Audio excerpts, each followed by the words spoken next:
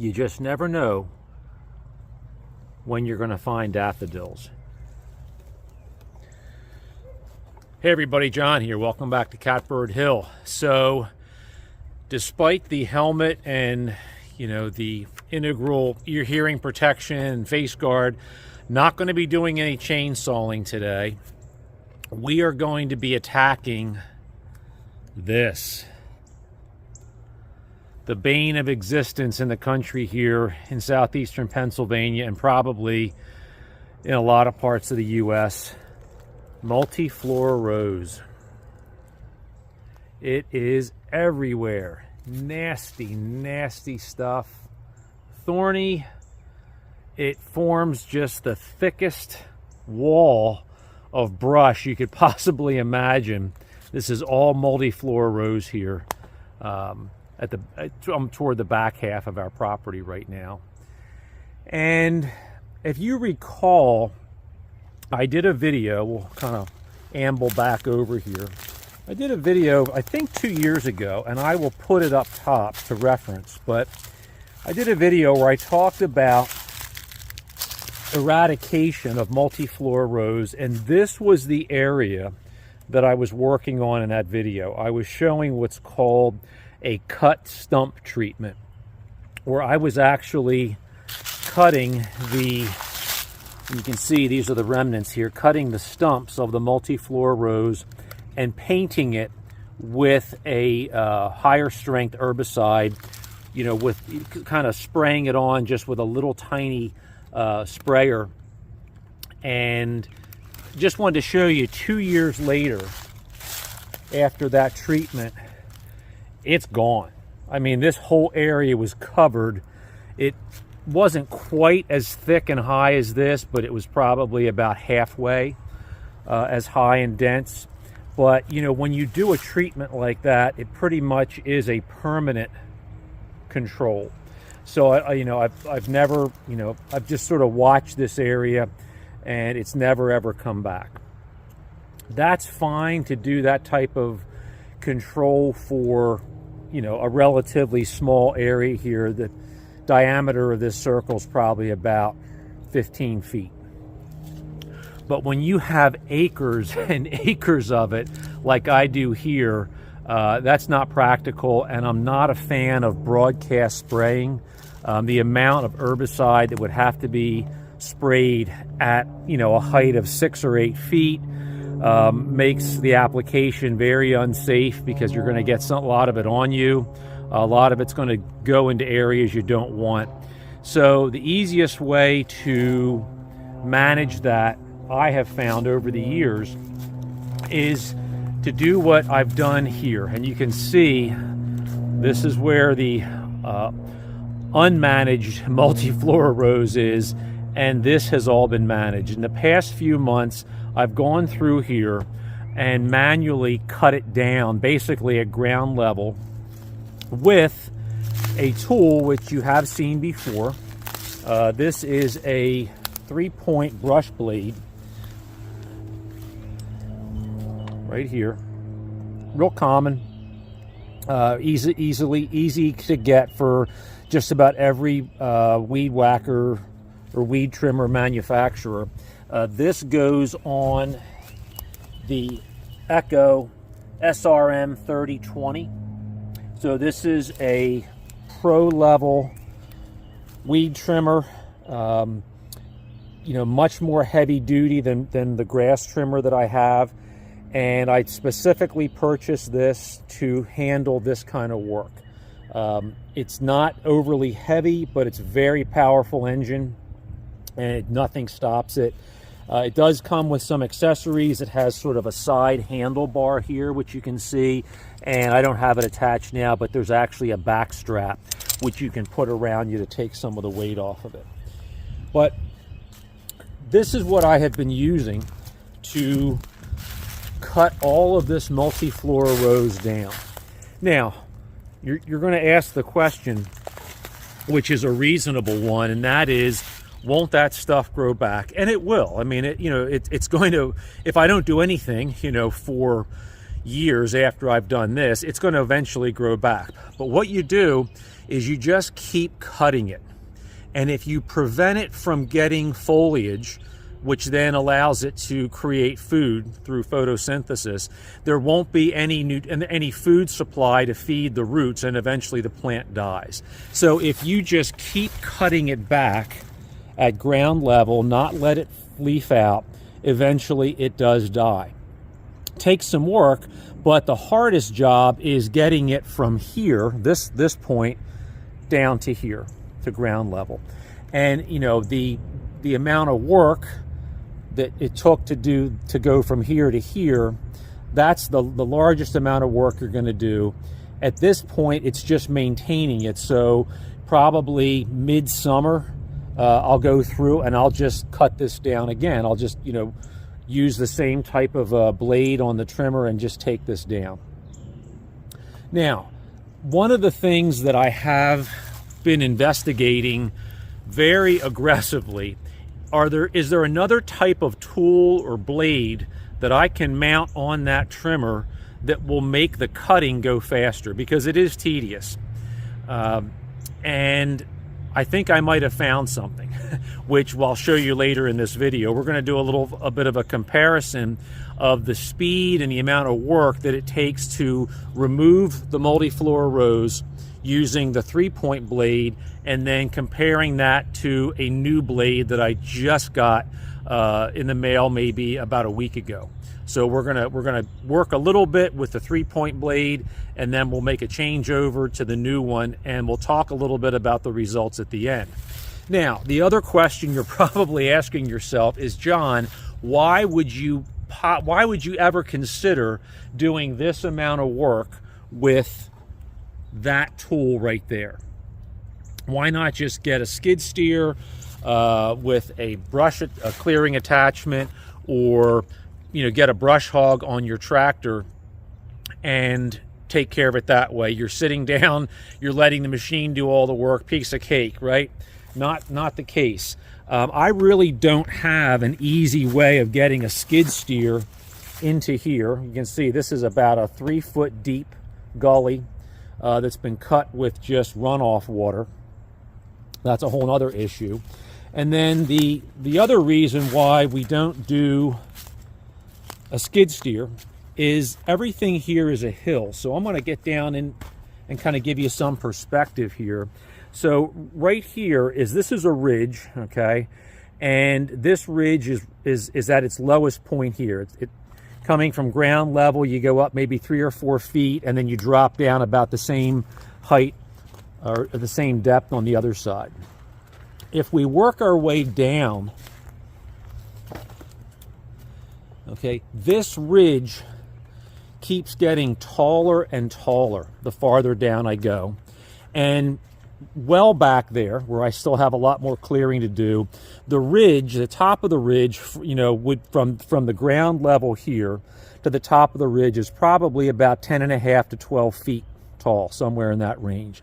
So trying to get a skid steer up through here, just not a good idea. Plus, this particular part of the property, as I have told you before, is extremely wet. It's like a mud bath back here right now, particularly with all the rain we've had and with springtime. So, you know, using a hand tool such as the weed trimmer that I was showing you, the Echo, really is the only way to do this. Plus, I can carve paths, walking paths, with that through, you know, very dense wooded areas where I've got a lot of trees and brush that I do want to preserve. We have some really good native understory shrubs and trees back here that I don't want to decimate by running a skid steer or a brush hog through there. So it takes me a little bit longer, but I can be a lot more surgical about what I want to do in removing the brush.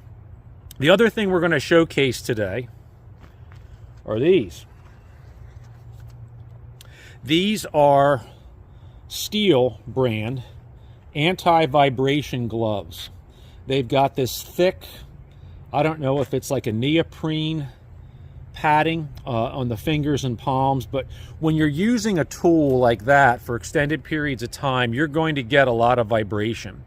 And I've always been curious to see if my hands and my wrists would feel a little bit better after an hour or two of doing that using something like this. So I just picked these up and we're going to give them a try. Stay tuned. So this is one of the reasons that I choose to use the hand weed trimmer, brush trimmer, to do this instead of something like a tractor or skid steer. So I'm standing basically at, ground zero here, and I've got a fairly steep slope, and it's woven in, or it's covered with shrubs like this, which is actually our native spice bush, and it makes really pretty little yellow flowers. It's a great native shrub, but I want to keep this. There are other things in here, ferns and stuff, that are starting to come up that I can see easily when I'm standing and moving around. But you can see how tightly compacted things are here. Here's another spice bush right next to us.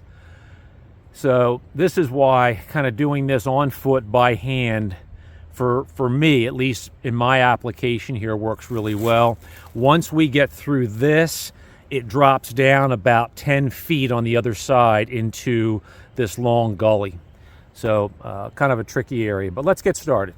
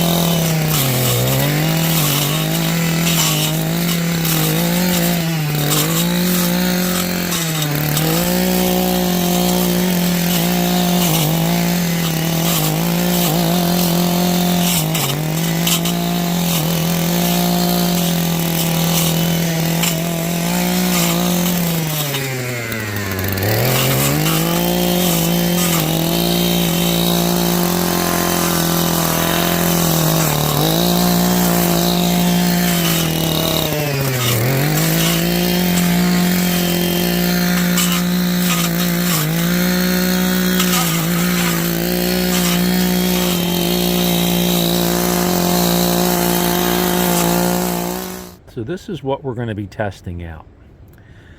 This is called the Trim Master Pro, and I'll put a link to their website in the description. So the idea here is that they offer different blades. This is actually a carbide tipped blade, as you can see here, and that is actually the moving part. The blade is spinning. This orange plate over top is stationary, and that sort of acts as the blade guard. But if you notice, sorry, the sun really finally decided to come out and it's a little bright here. If you notice these little indentations, the concept behind this is as you move this, across your brush or whatever you're trying to clear, these little openings will trap stems and allow the blade to cut. And if you noticed in some of the previous video using the 3-point, which I have here, I took off, when you use the 3-point brush blade, you know, there's a tendency, particularly for the multiflora rose stems, to kind of whip around. They're very, very whippy and stringy, and nothing's really capturing them. And the whole idea behind this metal blade guard is to capture those stems and just make the cutting go a little bit, you know, more quickly, more smoothly. In theory, we're going to test it out, of course.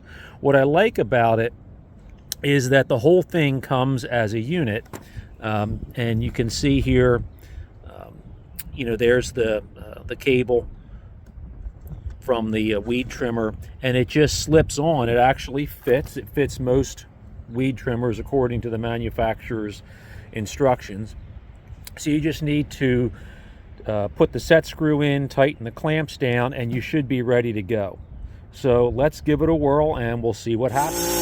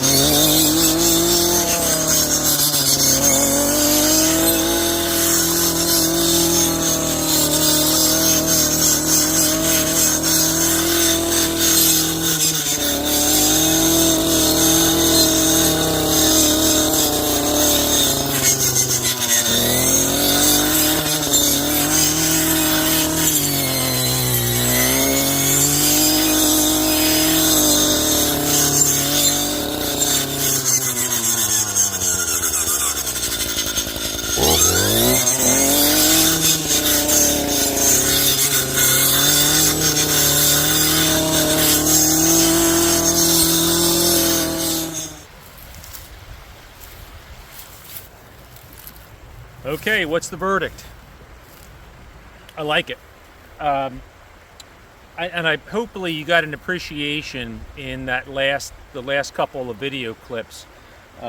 With this, it definitely does a much better job of capturing and quickly cutting the long, kind of whippy, arched branches or stems of the multiflora rose way better than the 3-point brush blade, which in a lot of cases just kind of, when you have those single or 2 or 3 just individual stems that are kind of hanging over, the 3-point brush blade kind of pushes them around, whereas this really does effectively capture those stems inside those little indentations for the blade to make the cut.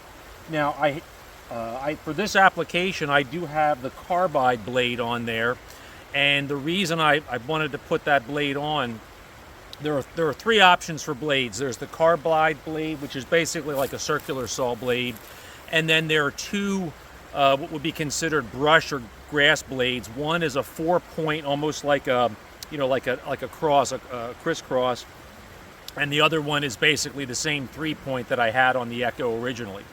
So I'm gonna experiment with those other blades, but the reason I chose this is I know that I have tons of really thick woody stems at the bases of these multiflora rose shrubs, upwards of 3/4 of an inch thick, half of an inch thick. And this, with this carbide blade, which is basically a wood cutting blade, it just sailed through those. Whereas with the 3-point brush blade, it's gonna take longer to get through it. It's a little more effort for the machine to get through it. But this, it sliced it like butter. I will say I detected maybe some additional weight on the machine because this whole guard is solid metal. It's probably about 3/16 of an inch thick, so it's got some weight to it, plus the carbide blade. So if you were weighing out the original 3-point brush blade versus this, I can almost guarantee you this is heavier, but it's not unmanageable, particularly when it allows you to go faster, through the whole process. I'm not sure if you can tell or not, it's a different day than it was when I did the first series of cutting, because not long after I was done with the last bit of cutting, it started raining yesterday, so I wanted to get back out here today and finish. And also too, I didn't want to use this after I had been cutting with the other blade for an hour and a half or so, when I was already kind of tiring out. I wanted to start fresh to get a good comparison. I definitely like this a lot. I certainly think this has advantages over the 3-point brush blade. I definitely need to test it more. One thing I will share with you guys and gals is that I had to make an adaptation here. I had to cut a little piece of sheet metal and wrap it as a collar around the shaft of the trimmer, because the opening, even with the clamps here, with these two clamp screws, one on the top and one on the bottom, even with those screws maximally tightened, I just wasn't happy with the amount of play or looseness that was going on. I could feel it turning and see it turning a little bit. So I just made a little improvised sheet metal collar to thicken up this shaft, and once I did that, perfect, took care of it. I don't know, maybe I didn't even investigate. Maybe the company has some adapters, but this worked out great for me.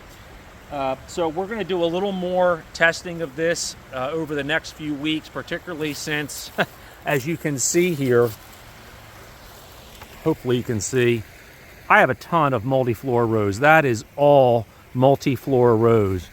And to hopefully give you some perspective of how high up that is. Okay, I'm basically at ground level here, and you can see that is way above my head. And you can also see the slope that we have here, one of our many deer paths coming down through here. But I'm definitely going to keep giving this thing a really good try, because the concept makes total sense to me. A couple of other points. It is made in China, and I know that is going to bother some people, but I haven't found anything else US made that comes close to that. It's the first design I've ever seen. Maybe there are some other products that are domestic, but overall the quality I think is decent for the price. I believe they make two different types of kits for that blade. This is the basic kit, one has a few more accessories, but check out their website, look at their products. Stay tuned for more videos when we keep reviewing this. This is not a sponsored video. I bought that with my own money. I didn't even tell the company I was going to be doing anything on YouTube. Maybe they'll see this, maybe they won't, but stay tuned. I think it's going to be a really good tool in the long run when you have to deal with the kind of stuff that we deal with here on Catbird Hill. So until next time, John here, thanking you all for being subscribers, because last weekend, which was Easter weekend, we passed the 1,000 mark in subscribers, which is a huge accomplishment. I'm really delighted that we crossed that hurdle. And so that's thanks to you for liking the videos, watching them, subscribing, sharing them with your friends. So keep up the great work, everyone. Until next time, John here from Catbird Hill. Take care.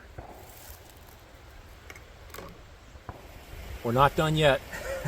I promised you at the start of this video that I would talk about these gloves. So these are from Steel, and they're anti-vibration gloves, as I had mentioned. So I've used these probably a total of about 3 hours, about an hour each of, hour and a half each of cutting with the brush cutter here. And I definitely think they make a difference. My hands just feel more comfortable. My grip feels strong. My hands didn't tire out. Real nice tacky feel to them. So yeah, I mean, I'm not recommending Steel brand in particular, but these happen to work really well for me.